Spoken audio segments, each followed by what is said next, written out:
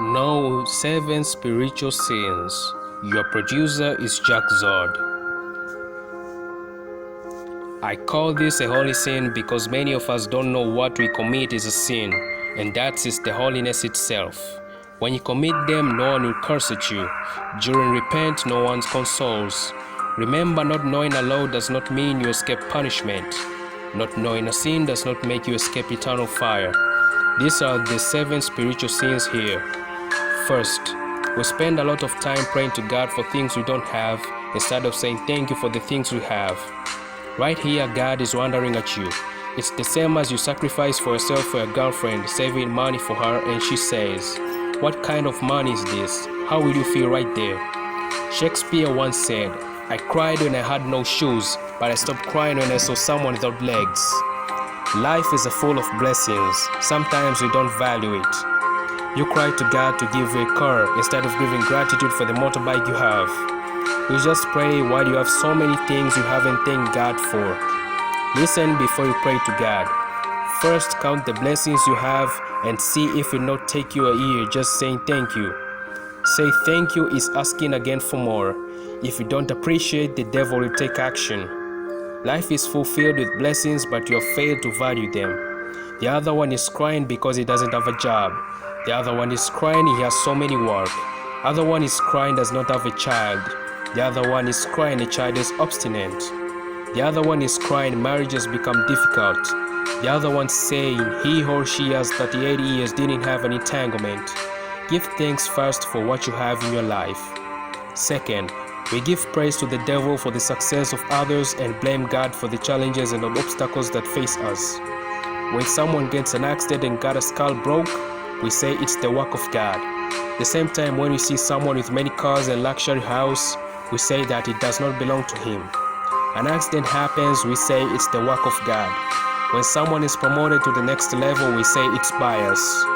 When someone is fired from job, we say it's love of God, he will get another job elsewhere. This sin of embarrassing God like this will not leave us safely.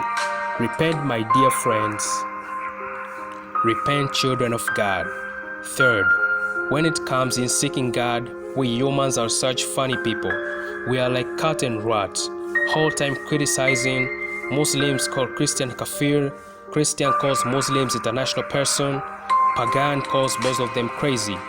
When it comes the time of their drinking, the way they love each other, you may not believe they are calling each other kafir previously. Apart from drinking, come to relationship, it's chaos. You see, the bond is strong between a pagan and a Christian. Even God wonders what's with these people. Even when they are on the same journey, you may see a pagan, a Muslim, and a Christian on the same bus and chit-chat absolutely. And the journey is short, but you may never see them worshiping together the same place. When it comes to burial, it's a normal thing to see a cemetery of a Christian being prepared with a pagan, and things go good. People who are employed with one person cannot be chosen by God. That's why you have to think of things deeply. Is it true that God can be the reason for separating people? Fourth sin. Everyone expects to reap what they sow. Expect to reap what they sow, instead of thinking that they become pressurized. Those who are helping hands decide to chill, they say. If you heal the leg of a person, do not be surprised if they use it to run away from you. What surprises is, a Christian is the one saying such things who reads the Bible without understanding it. Wise people say, do good and move on. They show that they understood the Bible. Galileo Galilei, when he said the Bible wasn't written by all people, but to people with intelligence, he meant that. Some people read the Bible and made them upside down. Others read the Bible and do terrible things even in front of the altar. The society called them crazy. So your work is doing good and waiting to be paying good. That's why you may educate 6 children and take them to school and fail to take care of you during their young age. The far people do. There you should not curse your children, instead be grateful for the good you have done for your children. Today you do bad to your fellow and you come wondering also to your children being done bad with other people, different people. Fifth sin. We convince each other to work hard instead of working smart. The world always is led by people who work smart. There comes a Japanese man who wants to purchase a cat. This is a very good example. One cat is purchased for $9. Therefore, villagers go hither and thither seeking a cut and bring. A Japanese buys them all and moves on. He comes back again and says, "What's wrong? Why is now rare?" He now says he buys them for $15 one cut. Villagers go to the forest, catch a cat and bring to the Japanese. The Japanese move with them. The following week a Japanese man says, "I still need a cat." Now he'll buy at $45. Villagers get surprised they don't have cat again. The Japanese says, "Okay, find me for $60. Tomorrow it's heard a certain person is selling cats to the other village. He sells for $45. All villagers rush quickly to buy cat for $45. They come back to village again, they have no money, but cats only, knowing that the Japanese will buy for $60 and expecting to show up after realizing that he will never show up. What the Japanese did was assembling the villagers to the other village, knowing he will sell for $45 to these villagers.